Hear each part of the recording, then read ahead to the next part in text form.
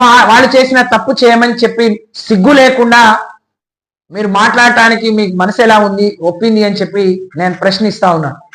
నేను సాక్ష్యం, నేను చర్చకు సిద్ధం, నేను సవాల్ విసురుతున్నా. గడిచిన 10 ఏళ్లలో కాంగ్రెస్ మరి రాష్ట్రాన్ని పాలించిన అన్ని రోజులు కలుపుకొని వాళ్ళు ఖర్చు చేసిన నిధులన్నీ, కేసీఆర్ 10 ఏళ్లలో చేసిన నిధులన్నీ చర్చకు సిద్ధమా అని చెప్పి నేను ఇవాళ ఉన్న గిరిజన సంక్షేమ శాఖ మంత్రికి, గిరిజన బిడ్డగా చెప్పుకునే సీతక్కకు నేను సవాల్ విసురుతా ఉన్నా. మీరు సిద్ధమా అని చెప్పి. అలాగే గిరిజనులుగా ప్రాతినిధ్యం వహించి నిన్న సమావేశంలో అటెండ్ అయిన ఈ నియోజకవర్గం నుంచి ప్రాతినిధ్యం వహిస్తున్న రామచంద్ర నాయక్ గారిని నేను అడుగుతా ఉన్నా. మరి నువ్వు గిరిజన బిడ్డగా ఎమ్మెల్యేగా గెలిచావు, 20 నెలలు అయిపోయింది. గిరిజన సంక్షేమ శాఖ నుంచి ఏ ఒక్క చిన్న మరి మంజూరు నువ్వు డోర్నకల్ నియోజకవర్గానికి ఇప్పించగలిగావా? మానకోట జిల్లాకి ఇప్పించగలిగారా? నేను మీ మీద కోపంతో మిమ్మల్ని విమర్శించాలని మాట్లాడట్లేను రామచంద్ర నాయక్ గారు. మీరు ఎమ్మెల్యేగా మీకు ఆ బాధ్యత ఉంది. బలరాం నాయక్ గారికి ఎంపీగా ఇక్కడ బాధ్యత ఉంది.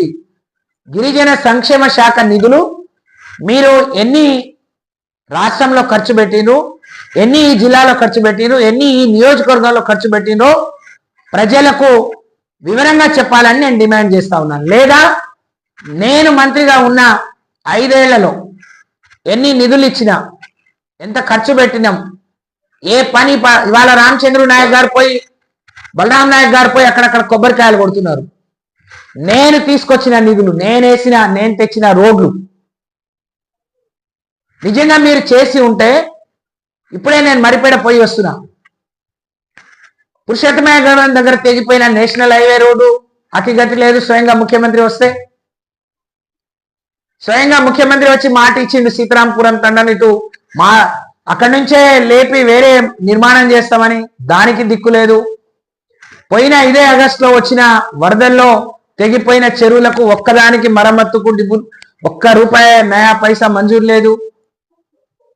ఇవన్నీ పక్కన పెట్టి బీఆర్ఎస్ పార్టీని, కేసీఆర్ని గట్టిగా విమర్శిస్తే మేము పెద్ద నాయకులం అవుతాం అనుకుంటే మీ భ్రమ తప్ప ఇంకోటి కాదు. దానివల్ల మీరు నాయకులుగా ఎదగలేరు. పైపెచ్చు ప్రజల్లో మీకున్న ఆదరణ కూడా కోల్పోతారనే విషయాన్ని గుర్తు పెట్టుకొని మసులుకొని ముందుకు పొమ్మని చెప్పి